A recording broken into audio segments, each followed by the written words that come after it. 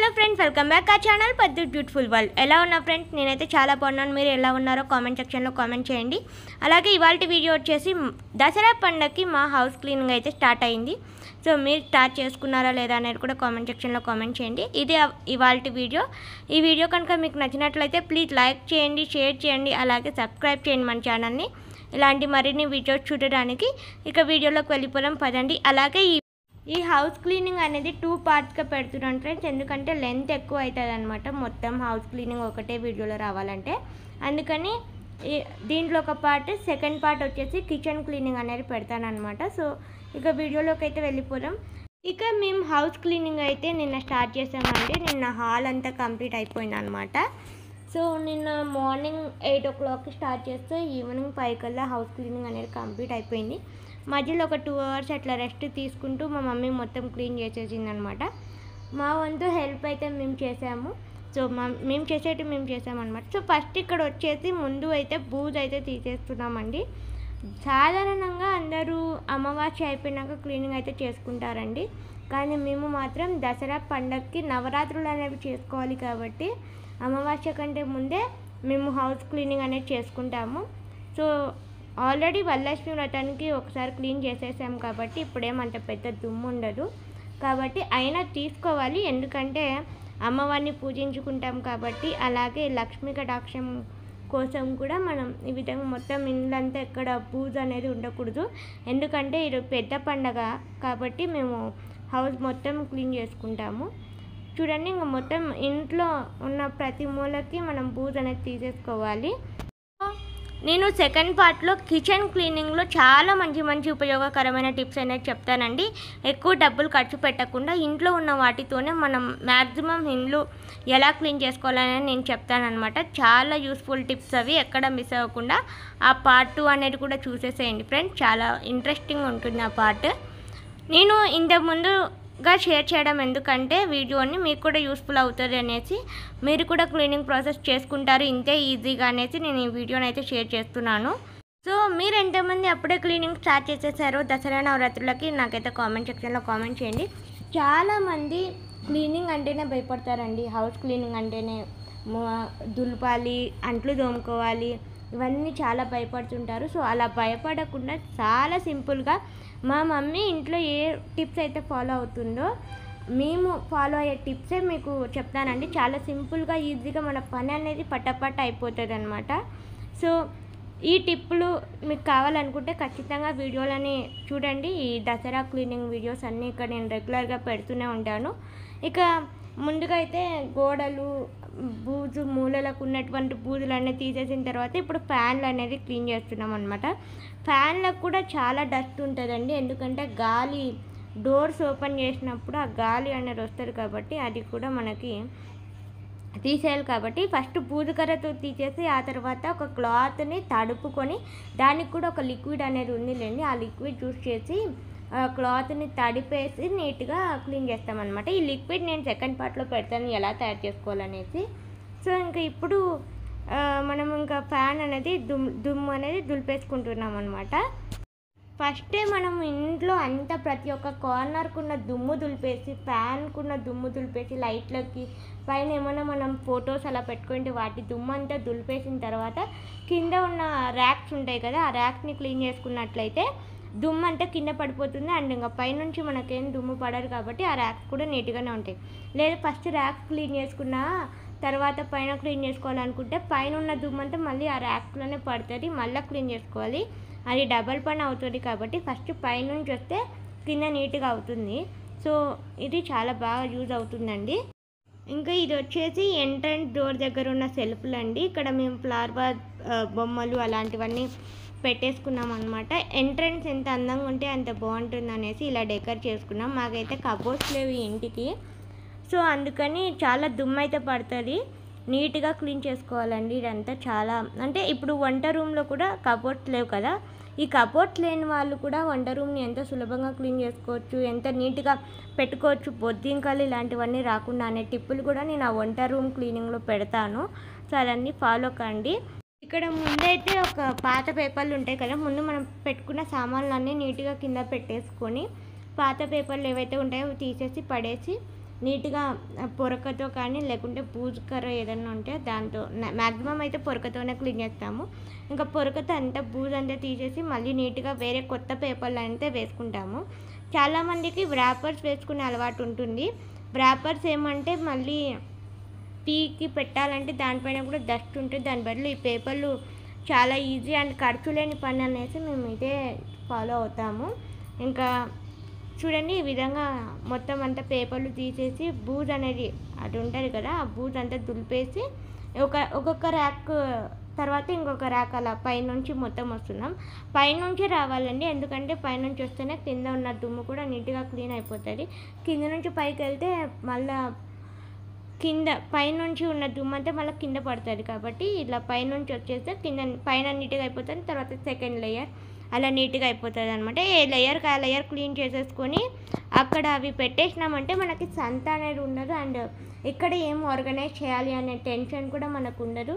ప్రాపర్గా ఒక ఆర్డర్లో ఆర్గనైజ్ చేసుకుంటాం అనమాట. ఒక ర్యాక్ అయిపోయిన తర్వాత ఇంకొక ర్యాక్ అనేది క్లీన్ చేసుకుంటే చాలా ఈజీగా అవుతుంది. ఇది మీకు యూజ్ అవుతుందని అనుకుంటున్నాను, ఈ టిప్ కూడా. అలాగే ఈ వీడియోలో నేను మీకు ఎంట్రన్స్ రూమ్ అంటే ఎంట్రన్స్లో ఉండే హాల్ మాత్రమే చూపించాను. మిగతాది అంతా చూపించలేదు. మిగతాది కూడా అంతే ఈజీగా చేసుకోవచ్చు. ఎందుకు చూపించలేదంటే లెంత్ ఎక్కువ అవుతుంది అనేసి చూపించలేదు. మిగతా పార్ట్స్ అన్నీ కూడా మనం అలానే క్లీన్ చేసుకోవచ్చు అండి. బెడ్రూమ్ కానీ మిగతా పార్ట్ ఆఫ్ హాల్ కూడా మనం అలానే క్లీన్ చేసుకోవచ్చు. అయితే మనం క్లీన్ చేసేటప్పుడు ఒక మ్యాజిక్ లిక్విడ్ అనేది ఉంటుందండి. అది సోఫాలు క్లీన్ చేసుకోవచ్చు.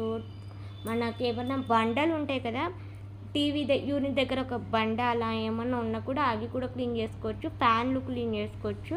సో ఇలా మన దగ్గర ఉన్న ప్రతి ఒక్క వస్తువుకి ఆ మ్యాజిక్ లిక్విడ్ అనేది యూజ్ అవుతుంది. ముందైతే దులిపేసుకొని నీట్గా ఒక పొడి క్లాత్ తుడుచుకున్న తర్వాత ఈ మ్యాజిక్ లిక్విడ్తో ఒక్కసారి తుడిచేసుకున్నామంటే తెల్ల మిలిమిన మర్చిపోతాయి అనమాట. అది చూడండి. ఇంకా ఇక్కడ అన్నీ నార్మల్గా ఆ క్లాత్లో వాటర్ క్లాత్లో దాన్ని డిప్ చేసేసి మొత్తం క్లీన్ చేసేసి ఆ తర్వాత మళ్ళీ ఒక పొడి క్లాత్తో తుడిచి అక్కడ పెట్టేస్తున్నామండి. ఇలా చేయడం ద్వారా ఆ వస్తువులు అనేవి చాలా తెల్ల మెరిసిపోతాయి. అలాగే బూజు ఏదైతే కార్నర్కు ఉంటుందో ఆ కార్నర్కు ఉన్న బూజు కానీ దానిపైన ఉన్న బూజు వస్తువులపై ఉన్న బూజు కానీ వెళ్ళిపోతుంది. మళ్ళీ ఫ్లవర్ వాజులకి వీటికి ఏం చేయాలి మనం అంటే ఒక క్లాత్ తీసుకొని నార్మల్గా డిప్ చేసేసి ఫస్ట్ ఒక పొడి క్లాత్తో ఆ బూజు అంతా దులిపేసుకొని ఇంకా తర్వాత మనం ఒక వాటర్లో షాంపూ వేసేసుకొని ఆ ఫ్లవర్ వాజ్ని తుడుచుకున్నట్లయితే అవి కూడా ఫ్రెష్గా అవుతాయండి. అండ్ నార్మల్గా ఈ ఫ్లవర్స్ అనేటివి ప్లాస్టికే కాబట్టి మనం మంచిగా పిండి ఆరేయచ్చు. మ్యాక్సిమం ఎందుకు ఈసారి అలా చేయలేదంటే లాస్ట్ టైం వరలక్ష్మి వ్రతంకి మొత్తం పిండేసి ఆరేసి పెట్టాం కాబట్టి ఈసారికి అంత దుమ్ము పట్టలేదు. అందుకని ఇలా చేశాను అనమాట. మనం హౌస్ క్లీనింగ్కి ఎన్నో టిప్స్ ఫాలో కావచ్చండి. దాంట్లో మనకి ఏది ఈజీగా అవుతుంది అంటే ఆ సిచ్యువేషన్ బేస్డ్గా మనకి ఏది ఈజీ అవుతుంది, ఏది వర్కౌట్ అవుతుంది అనేసి మనం ఆ టిప్స్ని ఫాలో అవుతే మన పని అనేది చాలా సులభంగా తొందరగా అయిపోతుందండి. ముందుగానే మనం ఒక ప్లాన్ అనేది వేసుకోవాలి. మన ఇల్లు ఎంత ఉంది, మనం ఎన్ని రూమ్లు ఉన్నాయి, ఎంత ర్యాక్స్ ఉన్నాయి, ఎలా క్లీన్ చేసుకుంటే ఎప్పటికల్లా అయిపోతుంది అనేది ఒక ఆర్డర్గా పెట్టుకున్నట్లయితే తొందరగా క్లీన్ అయిపోతుంది. మేమున్న ఇంటికైతే మాకు మినిమం 3 days అయితే పడుతుంది ఫ్రెండ్స్. అంటే హాల్ అంతా ఒకరోజు, బెడ్రూమ్లు అన్నీ ఒకరోజు, ఇంకా వంట రూమ్కి ఒక రోజు పడుతుంది. ఎందుకంటే అది కిచెన్ క్లీనింగ్ అంటే అంట్లన్నీ తీసి తోమి ఆరబెట్టాలి. సో అందుకని ఇంకా ఈ వంట రూమ్ అనేది చాలా ఎక్కువ టైం పడుతుంది కాబట్టి లాస్ట్లో నేను పెట్టేసుకున్నాను అనమాట.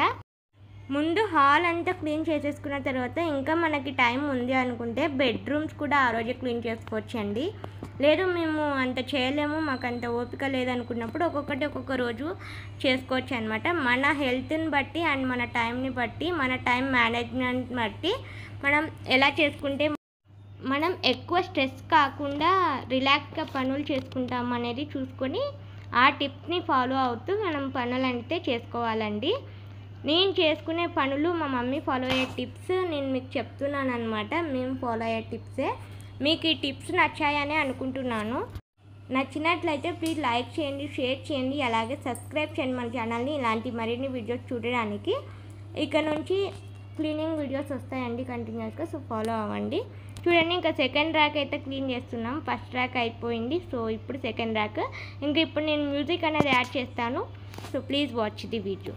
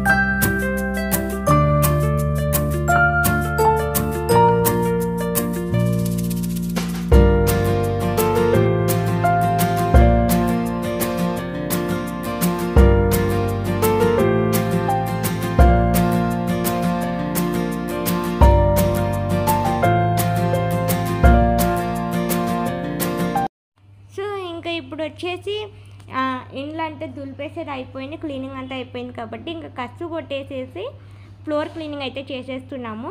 ఫస్ట్ మాకు హాల్ అనేది కంప్లీట్ అయిపోయింది కాబట్టి ఇంకా హాల్ అంతా ఒకసారి ఫ్లోర్ క్లీనింగ్ అనేది చేస్తున్నాం అనమాట. ఇంకా కర్టన్స్ ఇంకా పిండలేదండి. మొత్తం హౌస్ క్లీనింగ్ అయిపోయిన తర్వాత బెడ్షీట్స్, కర్టన్స్, పిల్లో కవర్స్ ఒకటేసారి పిండేస్తాము. మొత్తం హౌస్ క్లీనింగ్ అంతా కంప్లీట్ అవ్వాలంటే ఒక 3 to 4 days అయితే పడుతుంది.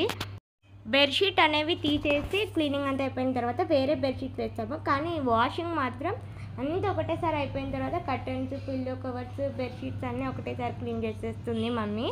ఎందుకంటే మనం స్ట్రెస్ కాకుండా మన పనులు అనేది చాలా ఒక ప్లానింగ్గా చేసుకోవాలి. ఎందుకంటే ఈ క్లీనింగ్ ఒకటే ఉండదు కదండి, కుకింగ్ కూడా చేయాలి, అలాగే ప్రతిది ఉంటుంది. కాబట్టి మనం స్ట్రెస్ కాకుండా మంచిగా మన పనులు అనేవి చేసుకోవాలన్నమాట. ఇక్కడ ఫ్లోర్ క్లీనింగ్ చూపిస్తున్నాను కదా, ఈ ఫ్లోర్ క్లీనింగ్ చేసుకోవడానికి చూడండి బండలు ఎంత మిలమిలా తలతల మెరిసిపోతున్నాయి కదా, ఎక్కడ దుమ్ము అనేది లేకుండా. ఈ క్లీనింగ్ లిక్విడ్ అనేది నేను నెక్స్ట్ పార్ట్లో పెడతాను, లేకపోతే వేరే వీడియో కింద పెడతానండి. చూడండి చాలా అందంగా మెరిసిపోతున్నాయి కదా బండలు. ఇలా మనం ఫ్లోర్ క్లీనింగ్ అనేది ఒక లిక్విడ్ తయారు చేసుకున్నట్లయితే ఫ్లోర్ క్లీనింగ్ చాలా బాగుంటుంది, మంచి వాసన కూడా వస్తుంది. నేను లాస్ట్లో చేస్తానండి ఫ్లోర్ క్లీనింగ్, మమ్మీ ఎప్పుడు లాస్ట్లోనే చేస్తుంది ఫ్లోర్ క్లీనింగ్. ఇక్కడ ఈ సోఫాస్ కూడా క్లీనింగ్ అయిపోయిన తర్వాత ఫ్లోర్ క్లీనింగ్ చేశాను, కాకపోతే క్లిప్ అనేది ఇక్కడ యాడ్ చేశాను నేను. సో ఇలా దీన్ని కూడా మంచిగా క్లీన్ చేసుకోవచ్చండి. మనం ఫ్లోర్ క్లీనింగ్ చేసుకునే వాటర్లోనే కొద్దిగా మగ్గులో సపరేట్గా ఈ వాటర్ అనేది తీసుకొని ఆ లిక్విడ్ని దానిలో ముంచేసుకొని ఆ క్లాత్తో సోఫాలు, బండలు, ఏదైతే బండ అనేది ఉంటుంది కదా ఆ బండలన్నిటిని క్లీన్ చేసుకున్నట్లయితే చాలా మిలమిలా తలతల మెరిసిపోతాయండి. టీవీ యూనిట్ దగ్గర ఉన్న బండ కానీ, మన ఇంటి పక్కన ఏమన్నా బండలు ఉన్నా, లేకపోతే టేబుల్స్ ఉంటాయి కదా మన ఇంట్లో, ఆ టేబుల్స్ని క్లీన్ చేసుకున్న చాలా తలతల మిలమిల మెరిసిపోతాయి. అదైతే నేను నెక్స్ట్ పార్ట్ కింద వేరే వీడియోలో పెట్టేస్తాను ఆ వీడియోని. సో ఇంకా హౌస్ అంతా క్లీనింగ్ అయిపోయినాక ఒకసారి హాల్ చూపించేస్తున్నాను చూడండి. ఇలా మొత్తం అంతా నీట్గా బండలు తలతల మిలమిల మెరిసిపోతున్నాయి కదా. ఎంట్రన్స్ డోర్ అండి అది. ఇక్కడ ఈ విధంగా అయితే ఆర్గనైజ్ చేసుకున్నాము. సో ఇలా ఎంట్రన్స్ రూమ్ అయితే ఉంటుంది. అక్కడ కర్టన్ వేసినవి ఏదన్నా, అది యాక్చువల్గా అయితే టీవీ యూనిట్ స్టాండ్ అండి, మేము యూజ్ చేయట్లేదు. దానిలో పాత బుక్స్ ఏమైనా ఉంటే, పేపర్స్ అలా ఉంటే అవి పెట్టేస్తున్నాం అనమాట.